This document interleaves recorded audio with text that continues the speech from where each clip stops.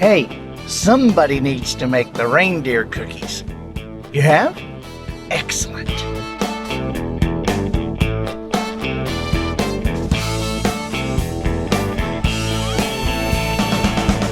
Good morning, afternoon, or evening. You are listening to The Professional Noticer. All aboard!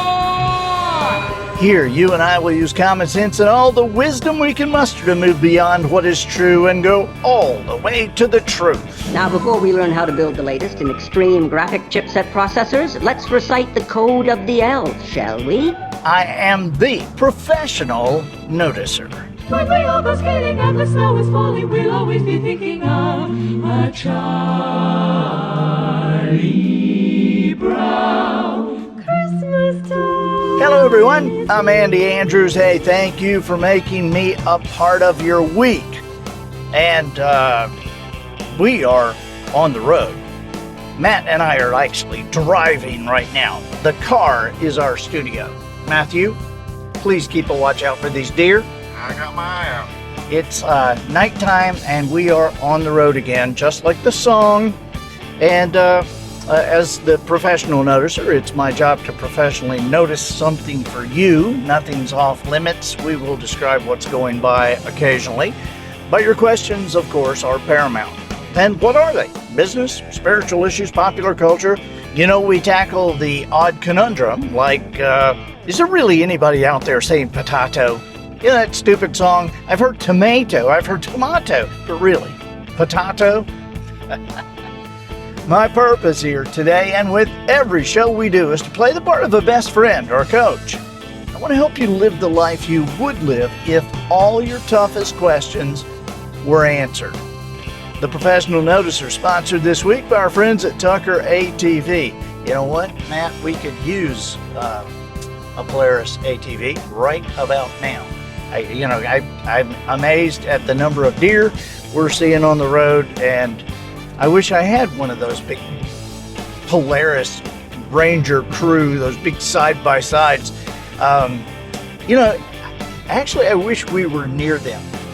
We're not even close right now. But if we were, they wouldn't be open.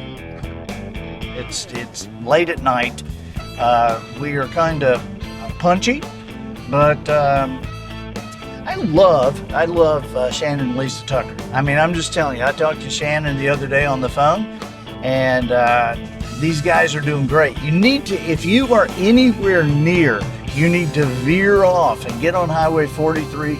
They're 43 North in Jackson. You need to experience the showroom. Of course, they have all the big Polaris ATVs, all the side-by-sides, the Rangers, and they have all the Echo power tools too. You think you go into a big box store, Matt, and you think you have seen all the Echo power tools. You have not. They have all of them, and it's amazing. And you know what? When you get one, you get something there. If something happens with it, you can actually bring it to them. I mean, because, right? I mean, if you get something in one of the big box stores, as soon as you take it out of the box, there's a thing right there, and it'll say, if you have a problem with this, don't call us.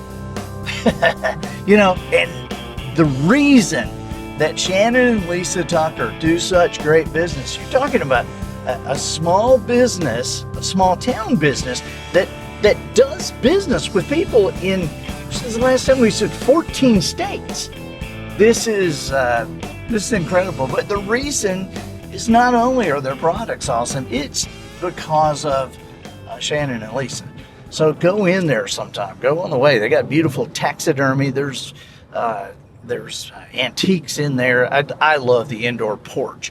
Comfortable chairs, got a porch swing, free coffee, huge television set.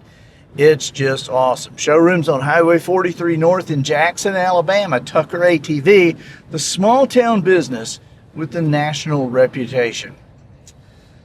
Okay, observations and answers are what we do here. I deliver the observations, and my observation right now is that we're going by, that's a big truck stop, man. I mean, that is a big truck stop. And there's not even that many trucks there, but there's about 1 million cars. Have you been in one of the Buc-ee's? Oh, I love Buc-ee's. Oh my gosh. Everybody that goes in Buc-ee's tells me, oh, you got to have the brisket sandwich. But my wife makes the best brisket that I've ever had in my life. And so I can't go, I can't cheat on her brisket with Buc-ee's sandwiches. But I think Buc-ee's is pretty incredible. If you had never seen a Buc-ee's, that's, first one I saw was in Texas years ago. And,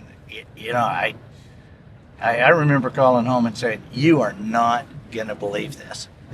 And so now they have one right off the Beach Expressway. They're on I-10 north of us. Okay, what were we talking about? Oh, observations and answers. So I deliver the observations, and as you can see, sometimes I'll make an observation and kind of get lost in it. But you provide the questions.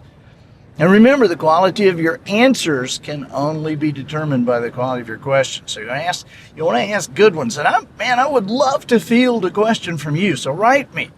Email is theprofessionalnoticer@andyandrews.com. And listen, if we use your question, the professional noticer, that is me, will send you your choice of the guided traveler experience. It's over 8 hours of a live video seminar. Or you could choose the 100-year parenting. This is a collection of 53 videos, each between 10 and 20 minutes. A lot of times people say, well, I'm not in my parenting years. Listen, there are so many corporations that are using this 100-year parenting. So many coaching staffs using these because, a lot of leadership and a lot of dealing with employees, a lot of building teams, these principles, these parenting principles apply. So check it out. Our first question today is or it's actually tonight, isn't it? We're not used to doing this in the car, but I kind of like doing it in the car. So our first question is from Martin. Hey, Martin. Hey, Andy. I'm thinking about engaging a life coach and have 3 fairly close friends who are coaches of this type. 2 of them are life coaches for one company, and I'm a bit uncomfortable about how I should go about selecting a coach that could do me the most good, especially with 3 people I know. Someone is likely to be mad about my decision, one way or another. What do you think about making this choice, and what do you think about the concept in general? Thanks. Martin, that is a good question, but I'm probably going to give you an answer that I don't know. Maybe this is not the answer that you want, but I gotta say, and there's going to be people upset by this. I just know that there are, but I have a hard time thinking that there are as many life coaches that can do anybody some good as there are life coaches out there. And Martin, listen, I want you to remember something. You really need, if you are really going to invest your money and invest your time in a life coach, you really want to get a hold of the best that you can possibly get a hold of. And automatically, I just want to say, really? One person knows 3 life coaches and 2 of them work for one company? I mean, they may be incredible, okay? I just don't meet a ton that are. And I'm just telling you. And so, wow, I really, Matt, we've talked about this, and I struggle with this. A friend of mine came to me, this was a number of years ago, and he said, hey, we've been left a certain amount of money from my wife's uncle, and I think at the time it was like $30,000 or something like that. And he said, we're we're gonna hire a financial guy to manage this money for us. And this was a much younger friend of mine, and I asked him, I said, now, where do you know this financial person? Who is this? And he told me. I didn't recognize the name. And I said, what company do they work for? And he told me, and I didn't recognize the name. And I said, no, where do you know this person from? And he said, oh, from church. He's in our Sunday school class. And I said, oh, okay, well, good, I guess. I said, let me ask you something. I said, how much money does this guy make? And he looked at me like I was kind of crazy. He said, well, what do you mean? I don't know. And I said, really? Yeah, you kind of know. I said, what kind of car does he drive? What kind of house does he live in? Where does this kid go to school? Do they travel? What kind of clothes does he wear? What do you know? And he said, oh, well, he's kind of like me, I guess, and I said, then dude, you need to rethink this, because this is, you're getting a hold of 30 grand here, and you're giving it to somebody to manage who makes the same amount of money as you.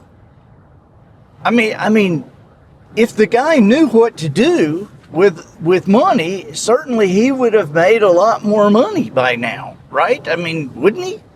I'm just saying, Martin, if you're choosing a life coach, you can't, well, you can, tons of people do. I started to say, you can't hire a life coach who's read 5 more books than you. You're throwing your money out there. I see people get involved in coaching programs that, this coach is, I see companies that they will involve their company in a coaching program and hire coaches to basically do nothing but say, okay, so how many calls are you going to make this week? Okay, so you're going to make 10? Okay, I'm going to hold you to it now. Next week when we talk, don't you have made 10 now, okay? And listen, read this next week. And so then they talk to him next week. How many did you do? 8? Come on now, you got to do better than that. And this is not coaching. This is accountability maybe, but you can, your next door neighbor could hold you accountable. Your next door neighbor could coach you as well as that. That's not coaching. And it's certainly not, it's not worth the money that I see a ton of people spend. Now, I've been asked a lot of times, I have been asked, do you do personal coaching? And I can't. I don't have the time. I mean, it's all I can do. I mean, it takes a commitment, but I am not sure how many people need constant and never-ending coaching. I really think that if there is, and I've thought about putting something together myself, that I could take only like 20 people or something, and maybe take them for 2 days or something, and do that twice a year or something like that. But I would be careful, because if it's inexpensive,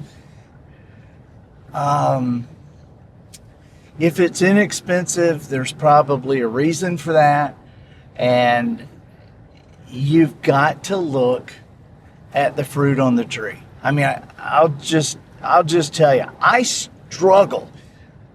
I've been doing this for years, and I struggle, and I sweat over answers for people and helping people, and then I'll talk to somebody who's, 30 years old that has 20 clients and they're a life coach. And I'm like, wow. I just, so, maybe I'm the one that doesn't get it, Martin, but I'm just cautioning you here. Okay? I'm Andy Andrews, the professional noticer, harnessing common sense and wisdom to plow through challenges all the way to an answer for you. Hey, here's the thought. What is that? Oh, it's my wife. Hang on. Let's see. Dear? Hello. Hey, dear. How are y'all? We're good. We're driving along. We're actually doing a podcast. You're actually on the air right now. Oh, nice. So Nice. be nice. I'll be nice. I'll be really nice.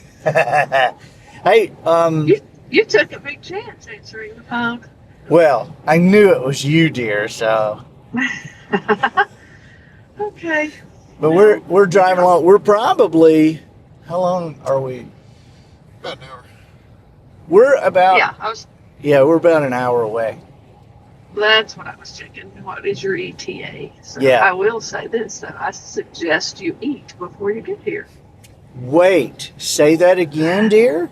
I suggest you dine before you get here because the kitchen is about to be closed.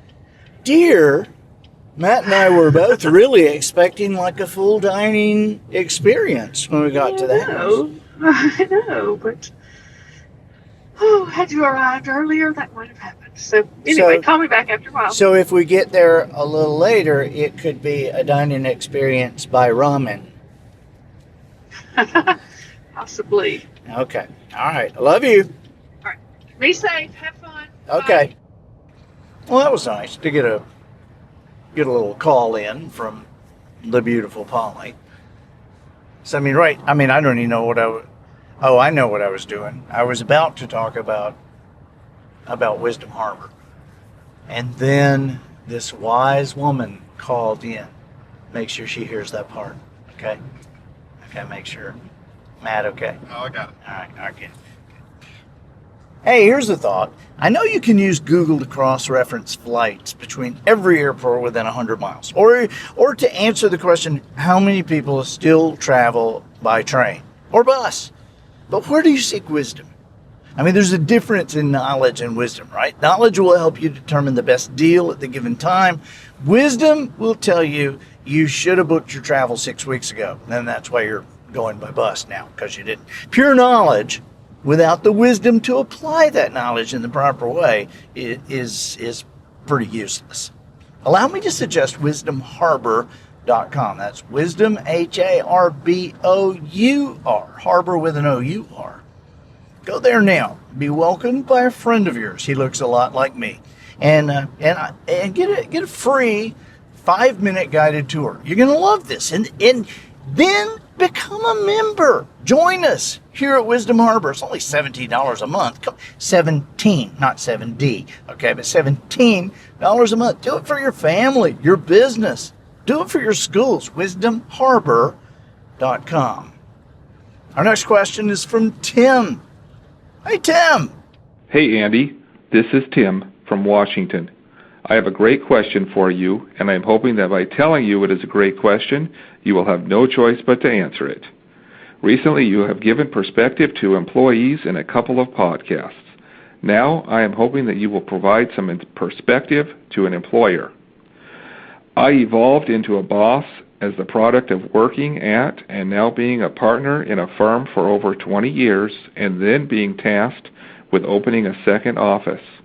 The office I manage is growing and currently has 5 to 6 people. My goal is to have 10 people within 2 years. I am blessed to have high-quality employees that I enjoy being around.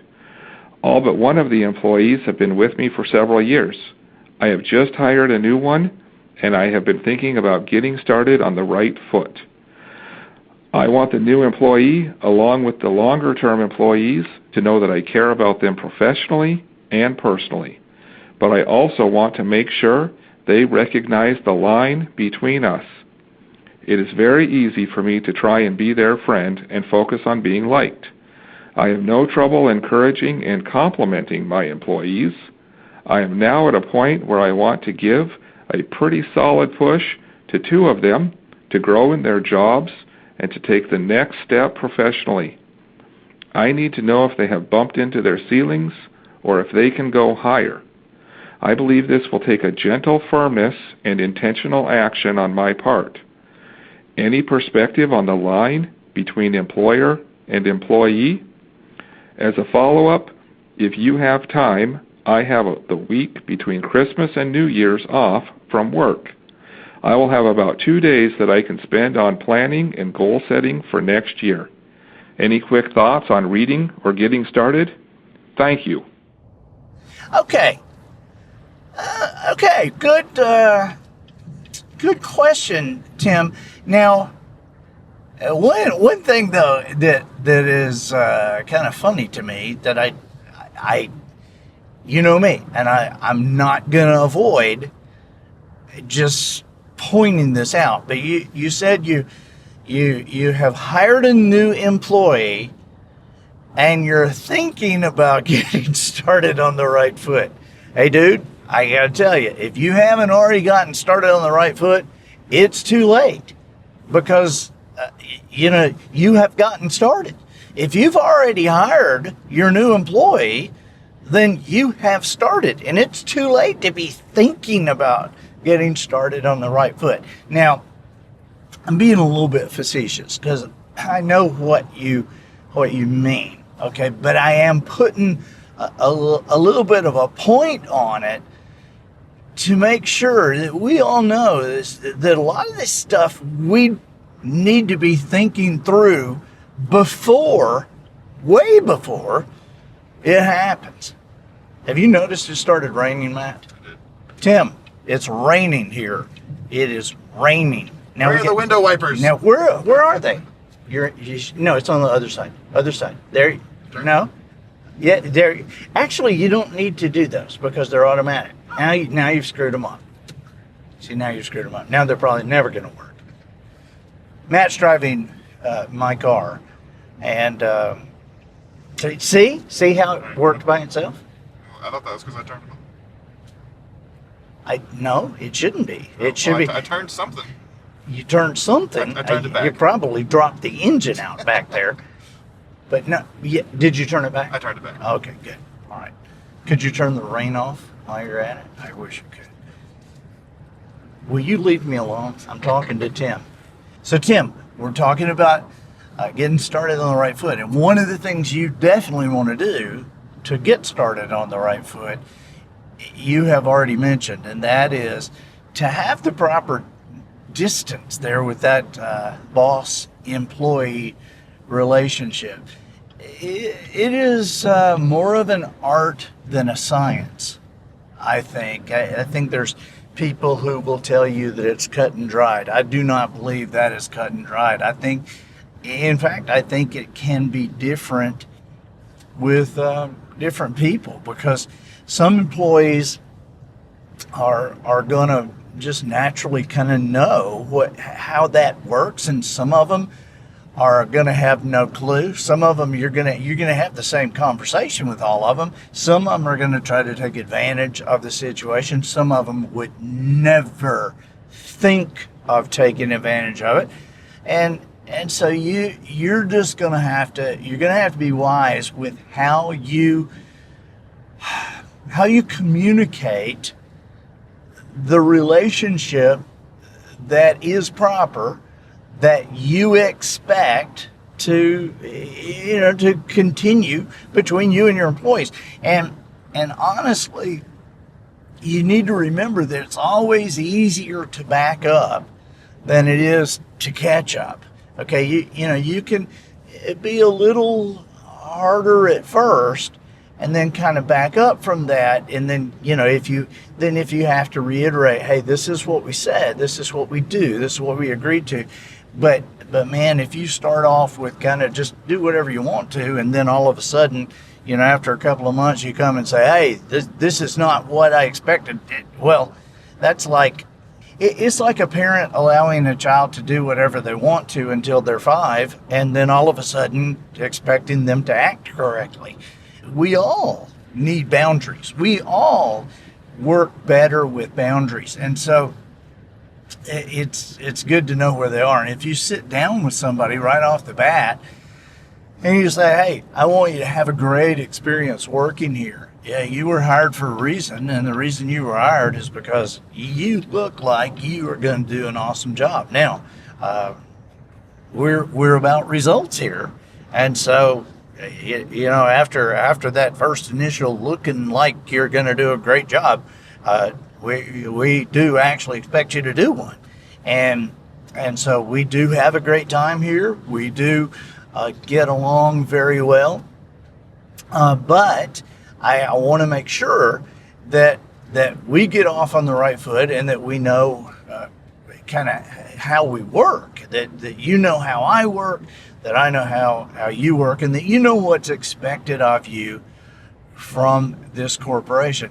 And then I would lay out, I am not a real confrontational person, and so I figure out ways to make sure I'm not going to have real confrontations down the road. And I'll give you just a little example, and that is rather than say to somebody, hey, you're late, you better be on time again. Hey, if you're late again, you're going to be fired. I don't deal well with that kind of stuff, with that kind of stress. And so, the way I might say it is to say, well, one of the things that is expected here is that you're on time. And so we know that the people who want to work here, who are excited about working here, are on time. And so, we allow, people to freedom to make their own choices, of course. And so I don't fire anybody. I just make sure that I pay attention to what people are telling me. And so if you ever wanted to tell me I don't want to work here anymore, then what the way you would tell me that, because people have a hard time saying that. And so the way that you would say that to me is just not show up on time. A couple of times in a row, 3 times in a row, or so. I don't know what it is, but I get the message pretty quickly. And so, when somebody says they don't want to work with me anymore, then I arrange. I will take them at their word, and I'll arrange for their final paycheck to be sent to their address, and that'll be it. And then they don't have to have a big scene and tell me they don't want to work with me anymore. That's just kind of, I will read those signs from them. And so there's ways, Tim, that you can tell people, look, these are not things we expect. And there's just, you see what I'm saying? There's ways that you can lay these things out and not have to be the big bad wolf coming through the woods every day in the office. Because the last thing that a leader really needs is people to be scared of them. I mean, that's the last thing that a boss needs, is that every time the boss comes in, everybody's terrified. It's this thing that you mentioned about the 2 employees, and how do you know if they have reached their ceiling? I think you already know the answer to that. I think that if you watch that closely, you'll see. I mean, not only do they do quality work, but do they do more than they have to do? I'm saying, like, if there's 100% they're supposed to do they get 100% done in their week, Or do they get 100% done by Thursday, and then by Friday afternoon, they've really done 125%? I mean, do these people, do they accept responsibility and find other ways to make themselves valuable to the company? Because if you find people that are making themselves valuable to the company, then certainly you want to raise their level, meet their level, that they're taking the responsibility. Well, go ahead and you want to work with those people. You want those people helping other people, being an example for other people. But if they are just people that you would like them to take more responsibility, and you feel like that you need to tell them that they need to take more responsibility, then you don't have anybody that, I mean, all you're going to do is, if you promote those kind of people, you're going to end up the way a lot of corporations are right now. I see a ton of them that are kind of Peter Principled out. Do you know what that means? That there was a book years ago called The Peter Principle. It was written by Lawrence Peter, and the Peter Principle is basically that many corporations promote their people just beyond their level of competency. And man, you talk about an accurate observation, because ever since I read that book, I have just seen that just like crazy. And you can see how it would happen, because somebody's doing a great job, and you say, wow, they're doing such a great job. Let's promote them to this position here. And so then they get to that position, they do a great job there, and you say, wow, they've done a great job here. So you promote them to another position, they do a great job there, so you promote them to another position, but they're a little out of their league. They're just past their level of competency. And so because they're not like the superstars they were at another level, now they don't get promoted anymore, but they don't get demoted either. And so you end up with entire corporations with just about everybody in there promoted just beyond their level of competency. And if you think that is a lower level problem, it's not. If you look at the statistics of the CEOs of Fortune 500 companies, just in the past several years, there is a 25% turnover in CEOs in Fortune 500 companies every year, which means out of 500 companies, 125 CEOs are getting fired every year. And you would think, wouldn't you, that by the time somebody got to that point that they would kind of know what they're doing?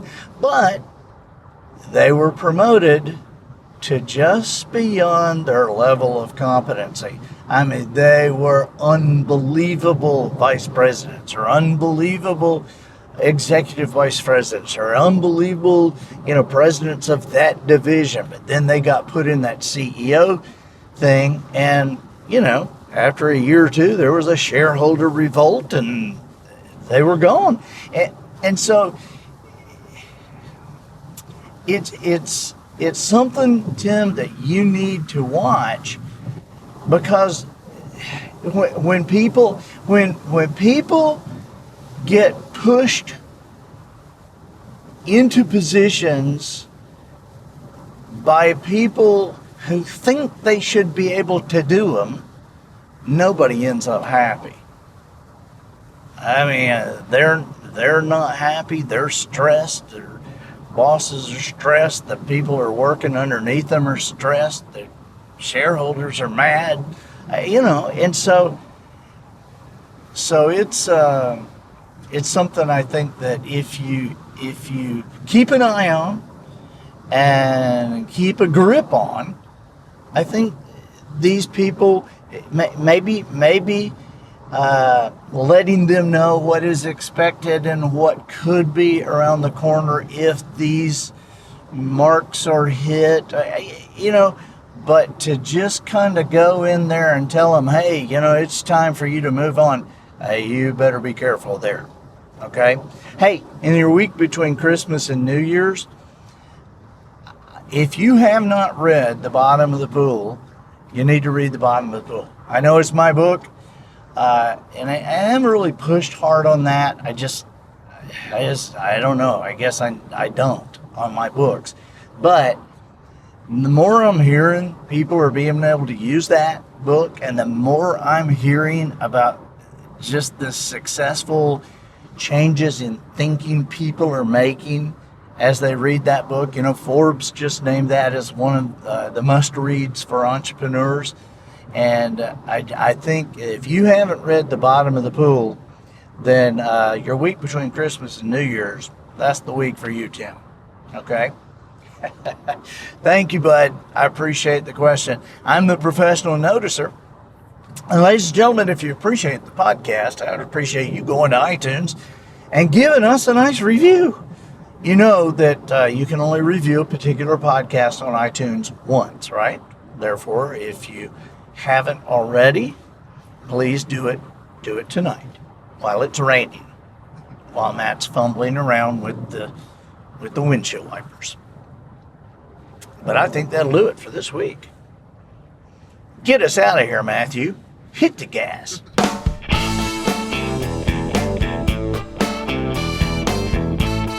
So, ladies and gentlemen, and to the boys and girls who aspire to become ladies and gentlemen, we've reached the end of another episode of The Professional Noticer. In a world where common sense has become a superpower, I'm harnessing the tiny bit of mental energy I have rolling down the highway at speeds in a little excess of the speed. But not much, because Matt is not that kind of driver. But I'm seeking wisdom, making observations, endeavoring to answer the tough questions in a way that will empower your family and your business. Tough questions like, how do you work these windshield wipers? I'm Andy Andrews. Until next week, smile while you talk, shake hands with the kids you meet, and make sure you have an answer to this question. When the package says each thermometer individually tested, exactly what does that mean?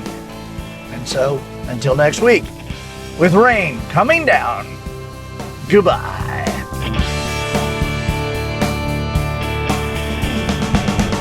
This episode of The Professional Noticer was produced by Matt Lippert.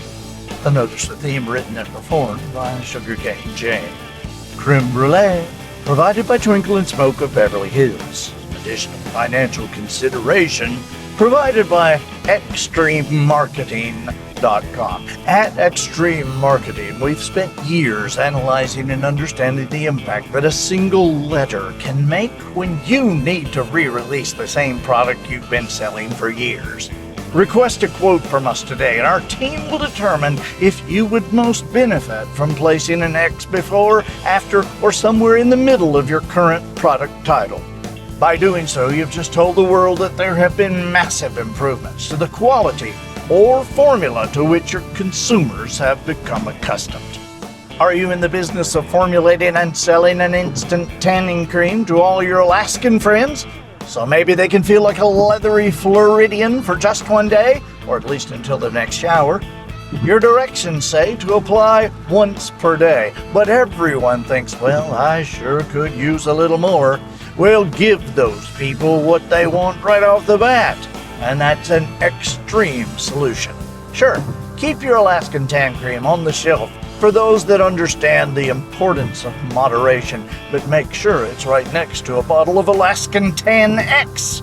You'll be amazed at what this little change will do for sales. Other examples include Yogurt Extreme, Peanut X Butter Extreme, Shoelaces, Nightlight X, Gas X, and so many more. That's extrememarketing.com, or check out our new website at xxextrememarketingx.com.